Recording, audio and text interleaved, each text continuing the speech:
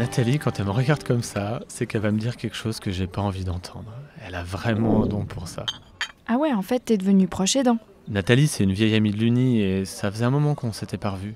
Je venais de lui parler de la maladie de Dominique, la perte d'autonomie, le numéro d'équilibriste 7 jours sur 7 entre le boulot, la coordination pour les soins, les courses et tout l'administratif.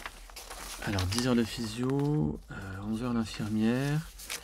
Non mais je serai jamais à l'heure à mon rendez-vous. Il va falloir que je trouve de l'aide pour t'emmener, Dominique. Et puis les moments de vie sociale comme ça, à boire un pot avec une amie en terrasse, devenu très très rare. Vendredi soir, non, j'y arriverai pas. Je suis désolé Fred, j'aurais tellement aimé venir à ton anniversaire, mais bon, de là à dire que je suis proche aidant, je sais même pas ce que ça veut dire exactement. Moi j'ai juste l'impression que c'est normal de m'occuper de Dominique, j'ai pas besoin qu'on me colle une étiquette. Et c'est là que Nathalie me parle de Mathieu, un ancien de l'Uni aussi. Tu te souviens de Mathieu? Il s'est marié avec Margot. Tu sais, Margot, c'est elle qui s'occupait de l'assaut humanitaire. Et ils ont eu 2 enfants, et le plus jeune a un handicap assez lourd. Pour qu'ils puissent rester à domicile le plus longtemps possible, ils se sont mis tous les deux à 50%. Et ils s'en occupent à tour de rôle.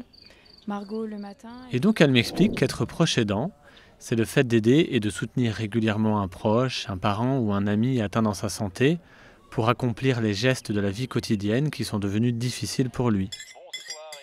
Est-ce que tu as encore faim, Dominique? Je te resserre un peu?